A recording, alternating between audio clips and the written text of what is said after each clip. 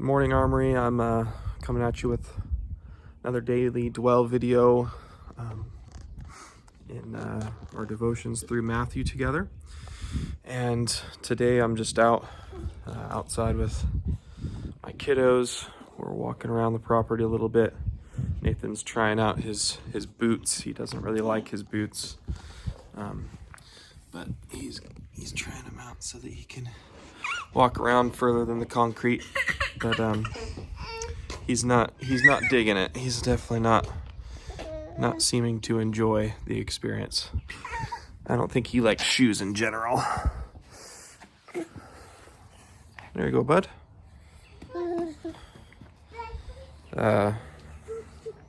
We'll see how this goes.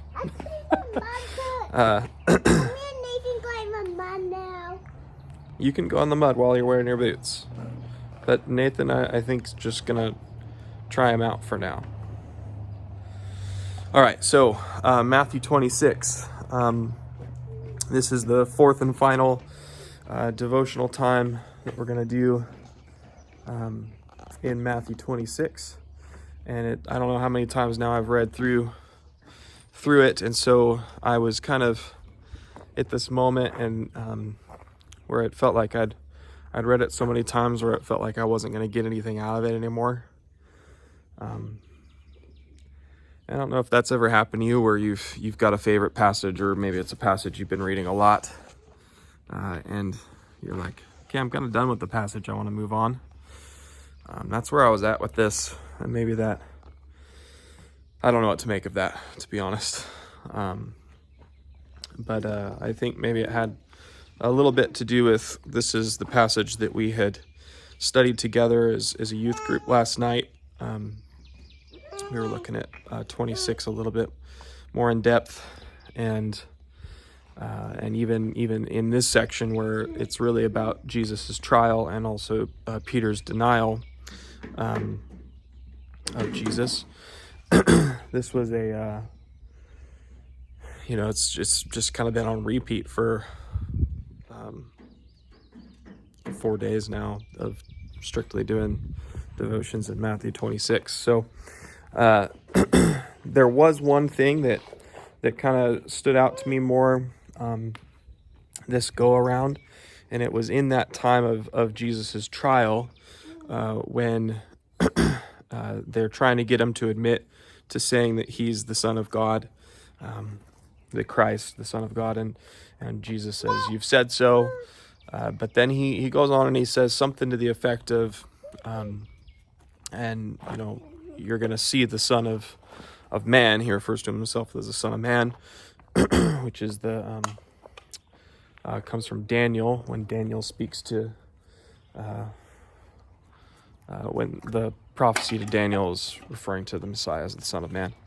But anyway, the concept there being that you're going to see me come, or sitting on the right hand of God in power. And I know that references a psalm. I want to say it's Psalm 110. But more than that, it made me think about, for those in power there, the high priests, that they would see Jesus again. And maybe they're thinking this is the last time we're going to see this Jesus character and we'll finally be done with him. But they're going to see him again, and they're going to see him seated at the right hand of God, and he will be in judgment over them. And that's not the time when you want to come to Jesus, to stand before him, is after a life of rejecting him as the Messiah. You don't want to see him in power at that moment. And so I was thinking about that, but then I was also thinking, we're all going to see him. We're all going to see him in power at the right hand of God. What'd you find? Okay, let me come over. I'm going to finish my video and I'll come see it, okay? So anyway, just this concept that we all are going to see him in that way, where he's seated at the right hand of God.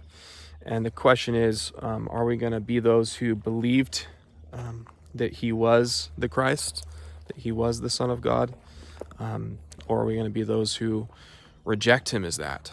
And I definitely want to be on the right side of that, which is those who would believe. And so the believers of Jesus obviously did not always believe perfectly, like Peter displays pretty well at the end of that chapter. But